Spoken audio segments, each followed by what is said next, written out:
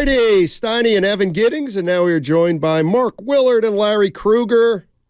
Yeah, you know, Rudolph had a nice game. You blitzened his song earlier. I did. I know. I've been running the whole thing through my head because I was like, you did it completely backwards. Uh-oh. You threw in a couple reindeer who I don't even think are actually on the roster. Role players. And then I think by about an hour ago I had it, but it was like it stuck with me for an hour and a half. I'm like, how's the song go again? So anyway, thank you. No, and is he inventing reindeer? Yeah, I reconnected. Well, he had like I just started to examine Rudolph. You know what I mean? Like he started going through the roster. Couples who weren't couples. You know what I mean? It's Donner and Blitzen, and he had like Donner hanging out with Cupid, and it just I was like, wait, what did you just say? But we got it. It's Rudolph. It's like Christmas specials meet speed dating. Yeah, like I'm like, look, don't just start spitting out reindeer in any order. The original reindeer. Rudolph's not an original member of the reindeer. No, he wasn't. He came in a pinch. Depends on how you look at it. He helped him win He helped him win a big game. Right. And then we went back to the horses. A little Trace Jackson Davis esque. He's a role player who rose to the kind of like Jordan Poole. He was Jeremy Lin. Now he's gone. He was Jeremy Lin. He showed up. Everybody Rudolph Sanity. And everybody went bananas. And then, as the story would go, that's it. Like, you only need him when it's a foggy Christmas Eve. It's not always a foggy Christmas Eve. But then again, you could look at it the other way, which is that they were actually probably all written in at the exact same time. So maybe they've always been here. It's always foggy in the Bay Area. You, chemistry problems on that team, too, because Rudolph does get all the attention. And he deflects. They say he's the most famous, even though he does the least work, and that makes the other reindeer resentful. Don't forget Yukon Cornelius. But that's how it was. That's not how it ended. Then how the reindeers loved him. And they shouted out with glee. They did shout out with glee. They did shout out with glee. Yeah, which he'll go down in history. I forgot about that part. Come on. They ended. Well, that was a long time ago. That's how the story ended. Things have been festering. It was bad at the beginning. This is the opposite of Jordan Poole. Would that special even be allowed today? It would be considered like bullying, and there's all kinds of. Well, there's a happy ending. Unkind animals. Yeah. The land of misfit toys. Yeah. It's like, what's a misfit toy? I mean, they're all good toys, right? Well, I mean, the Grinch disrespects Max. I mean, he treats him as like a literal horse. Yeah, exactly. Even though he's a terrier, not a dachshund. Hey, by the way, Grinch, by the way, misnomer. The Grinch does not dislike Christmas. The Grinch dislikes people. And I think we can all understand that. All right? Until his heart grew two sizes. Why do you think we're in the studio and not on remote? Thank you. Yeah. I'd like you to think about that. Let me this weekend. Can I implore something of you, Mark Willard? Please. Because I know you're going to the game tonight. We're going to the game, baby. So let's go. Can I assume with Christy and the children? Yes. Two of them? A large party. No. Sitting in Joe's bunker suite? There's a party of 7 tonight. Okay. Well, the more the better. Then how the reindeer loved them. I got Donner. I got Blitzen. We got Comet. Everybody's coming. Because I want to end this on a good note. Good luck. And I know, and I think there's a perception about you about a player that may not be entirely accurate. Well, you need to get your 6 companions tonight. Mm-hmm. Get tall off beers. their ass and give Jordan Poole a standing ovation. Not extended. Standing O. Okay, 2 things. Gotta show love. First of all, probably not happening. Maybe give his agent. Not even going to stand up. His agent? I'll give his agent a standing out. And then beyond that, you don't know the origins of my feelings about Jordan Poole. How do you know that it wasn't driven by one of the other people in my party? I don't know that. You don't know But I'm that. going to implore you to come together as a team. I don't think like this Rudolph is what I from the think. Raptors. I will obviously not boo Jordan Poole. I will give Jordan a round of applause. I probably do not think that I am going to be inspired to stand up. And I'm allowed to feel the way that I want to feel about a player, and I reject the idea that anytime a player wins a championship, that automatically means that this player is minted for the rest of his life, and I could give you a bunch of examples. Aubrey Huff? Well, Aubrey's different, though. I don't want to put him. I don't want to put him in the same sentence as Jordan because that's not fair. Because Aubrey's just a bad person and has mental issues. Okay. So I don't think that about Jordan at all. But what if I gave you others that were also big pieces, but not in town for long, and they were never like the face? I mean, if Deion Sanders came to the Niners game Monday, standing O? If it was the first time you'd been back. No. No. There's no standing O for Won Deion. a championship. Yeah. No. And was a very, very important piece. So he's very popular, That's too. a long time ago. But so what? That's the rules I'm being told. Their title No, was the a long rule- time ago. no. I'm being Poole's told fresh- that a champion is returning, so I've got to lose my bananas and roll down the stairs to say hi. No, Yeah, they're you just asking should. you to stand up and clap. I don't think that's a whole lot to Why ask. can't I just clap? Why can't you Stand up, stand up Mark. and clap? Because Why I can't you stand up and because clap? I got nachos Are on you my talking- lap, and I'm not inspired to do so. Are you talking about what he owes him? He doesn't owe him anything. The guy made a boatload of cash. You don't owe him anything. Do what you want. Is there what? Okay, what I don't other? feel that way about him. Forget Deion, because I Okay. do think half the people Hall would be of like, Famer. I didn't even know he played for the Niners. But what? But whatever. Yeah, that's true. Is there anybody in the championship dynasty of the Warriors who won a title, and there's any doubt whether you'd give him a big ovation or not? Like, why would Jordan Poole? Like every champion, that's why I just want to take the Warriors, because they've got solid guys for the most part. Go ahead. You're standing and cheering for everybody. So you're really going to say, Well, you know what? Of all let the me- ex-Warriors, Jordan Poole is the one guy who will give the least ovation to. Let me ask you this.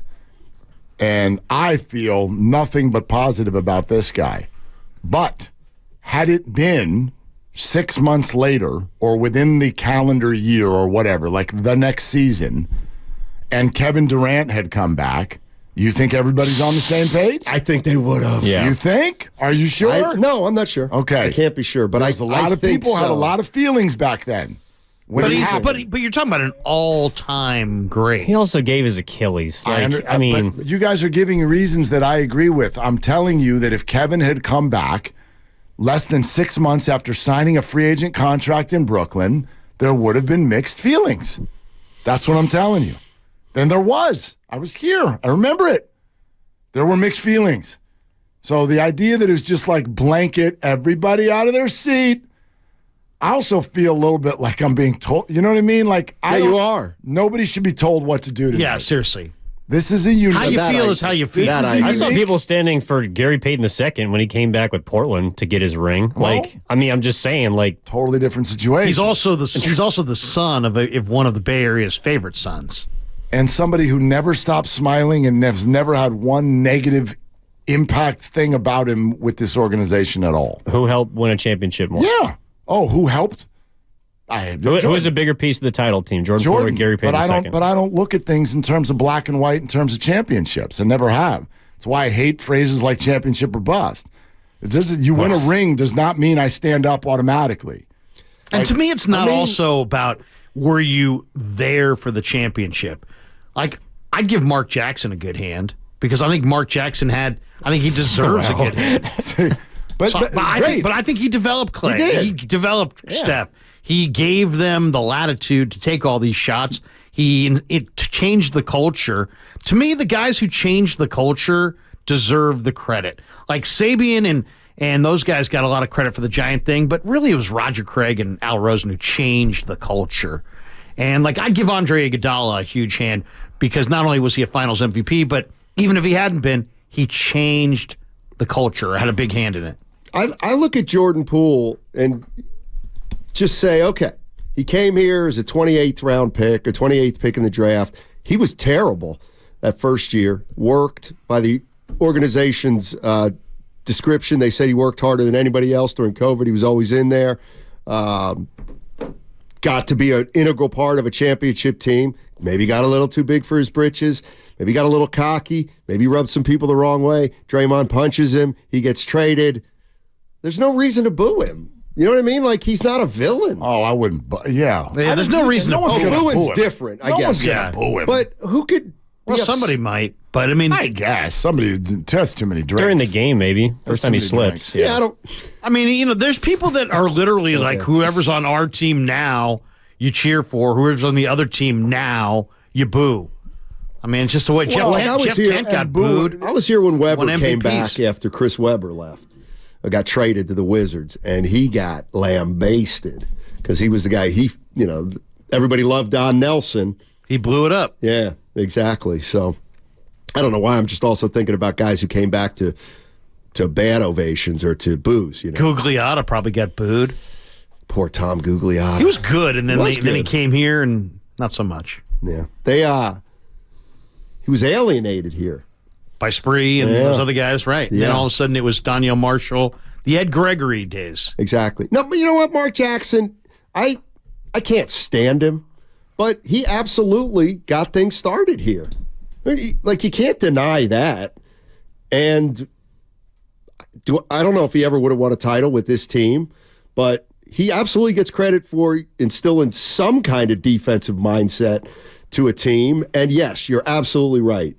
He also identified Clay and Steph as being beyond normal shooters. Well, it's I look at it this way. And at the time he said it, I don't know if he said, what did he say, backcourt or shooting backcourt or shooters? Best shooting backcourt ever. So, yeah, and that was premature, but he was right. He was right. But give you an example. I kind of look at Mark Jackson the way that New York fans would look at Buck Showalter.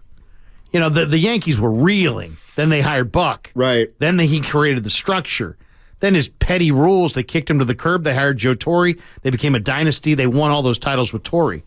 But Buck had a huge hand in changing the culture back to a winning culture. And I just think Mark did too.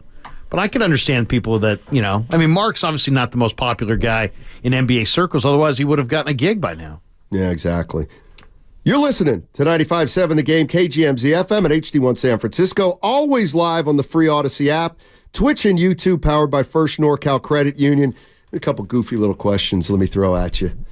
I think Willard will like this one. The John Harbaugh one. Oh, what was the question? John Harbaugh's been there. What's his identity or whatever it was? No. John Harbaugh's been, this is his 17th year. Yeah. 17th year as the coach of the Ravens. They'll have made the playoffs this year again. 11 of 17 years. One Super Bowl win, one AFC title game, and then mixed results. Kyle Shanahan's in his 7th year. Going to the playoffs for the 4th time. He's got a Super Bowl appearance and 2 NFC appearances, and that's it. So I said, 10 years from now, do you think if I gave you Kyle Shanahan, you're going to have John Harbaugh's resume? Would a 49er fan take it? So in the next 10 years, you're going to win a Super Bowl. You're going to win one. And you're going to get to the playoffs 7 of 10 years where you're going to be in the mix. But I'm guaranteeing you 1. And 7 playoff years in the next 10, you taking it. Yes, but I'd also be disappointed. The percentages say you should take that. Exactly. But you're asking it. You're asking it in this moment. Correct. And is this moment different than at the beginning of this year? For sure. Yeah, exactly. For sure. Yeah. The emotions of this moment suggest that right now we feel confident that they should get one in 2 months. And then you've got 2 more years of Brock Purdy making $1 million. Yep. And so there's a reasonable chance to think that they'd have a good shot at doing it again. And then, there's sort of a somewhat reasonable chance of thinking that they would compete at, over the next 10 years. Oh, well, I guess 10 years. But they should be a contender for another 5 to 7 straight years. So it's you take it because I'd feel selfish to not. Exactly. But if the baseline is they win one in 2 months, well, now you're accepting never winning one another again for the next decade. Yeah, I would say I agree with Mark. I'd be disappointed in that because I think they're set up. They got a 23-year-old franchise quarterback. They got a general manager who's young who keeps finding star talent. They've got a really good roster full of guys. The one title seems a little low, but I know it's there are teams that aren't going to win any titles in that period. By the way, I was driving to Niners the other day, and I was listening to you and Ev driving down, and you had another hypothetical at the time, and I forget what it was. Is it today? It was Wednesday. Wednesday's hypothetical. And it was also one of those things where, because you were asking it today, because you were bringing up the question that day, it was like you would... Niners or Warriors related? I think it was Niner related. Yeah, I don't know. I think it was 9 or But six. I love check the the one, notes. I love the one Evan came up with. Evan Wednesday. comes up with this. Would you rather take the Warriors 4 titles as is, everything's the same as it is now, or they win in 15, they win in 16, the 73-win season, so they go back-to-back and have claim to the greatest team in history, but then there's no Durant, you get 2 total.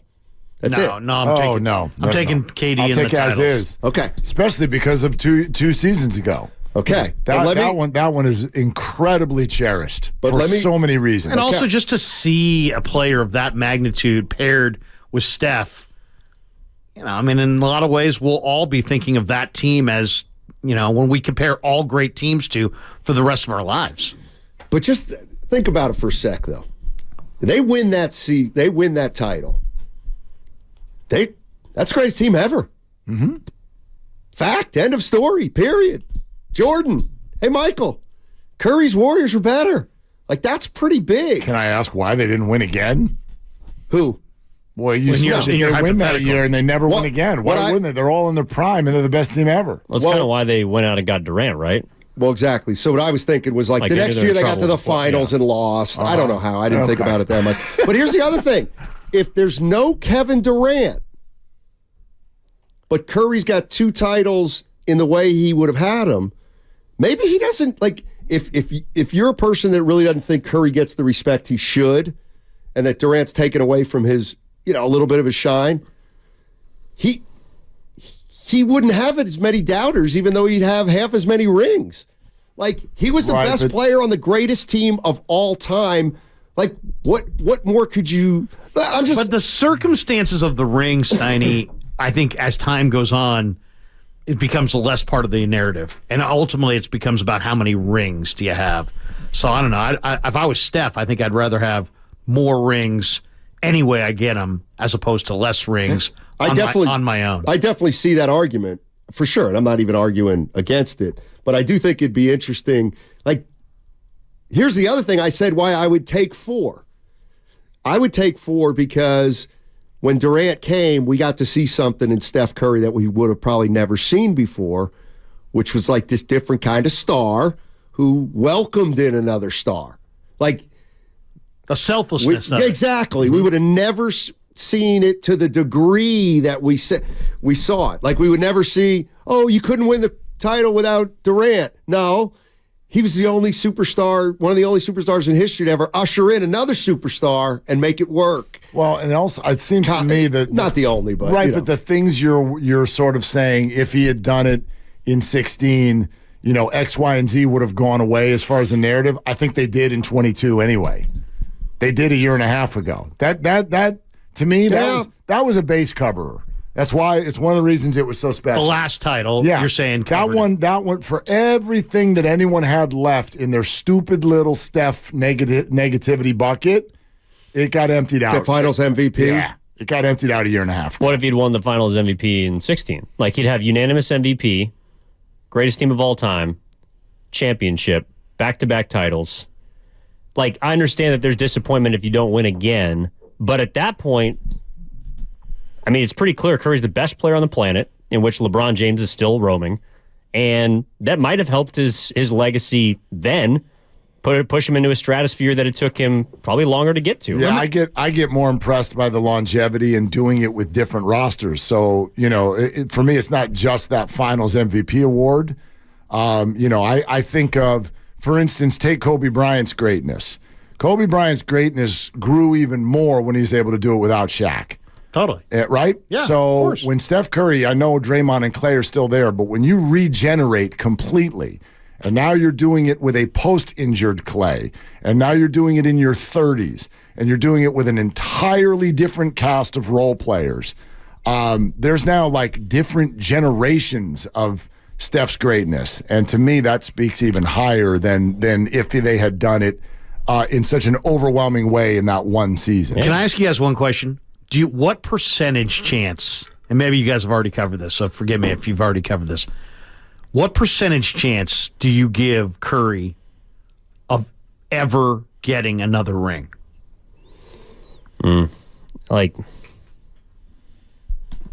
That's a tough one, isn't it? Because you have no idea his longevity. I'd say 40%. 40%. That's high, right? That's way high. Because I don't think I don't assume he's retiring here. Oh, okay. Yeah, I'd say like 25 I don't or 30%. assume that. Okay. I think it'll probably happen. And that's what you're thinking of when you're thinking of 40%. If I threw in the addendum here, I'd say 5. 5%. 5%. What is it again? Just what are the percentage odds that Steph gets another ring here?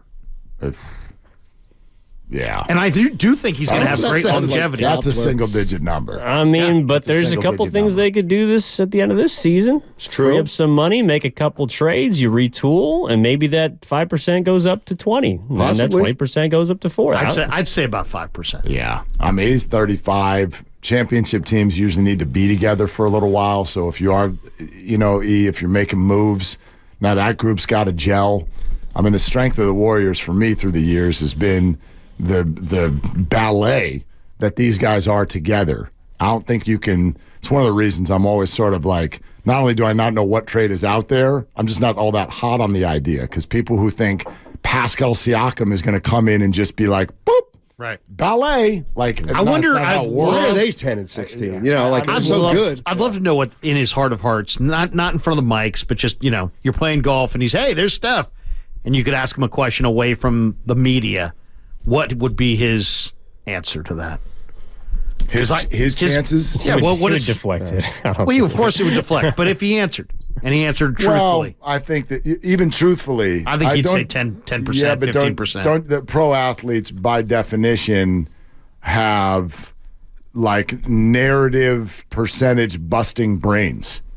Like somebody who can do what he does at 6'2", 6'3" is already someone who does not acknowledge the percentages. I think he might say 100%. Yeah, like 100%. they're so overconfident. They'll win a title. Yeah, we're going to win another title. Yeah, Like Joe Lacob. We're going to hang banners. they have to be. All you can be myopic. is wrong. Yeah.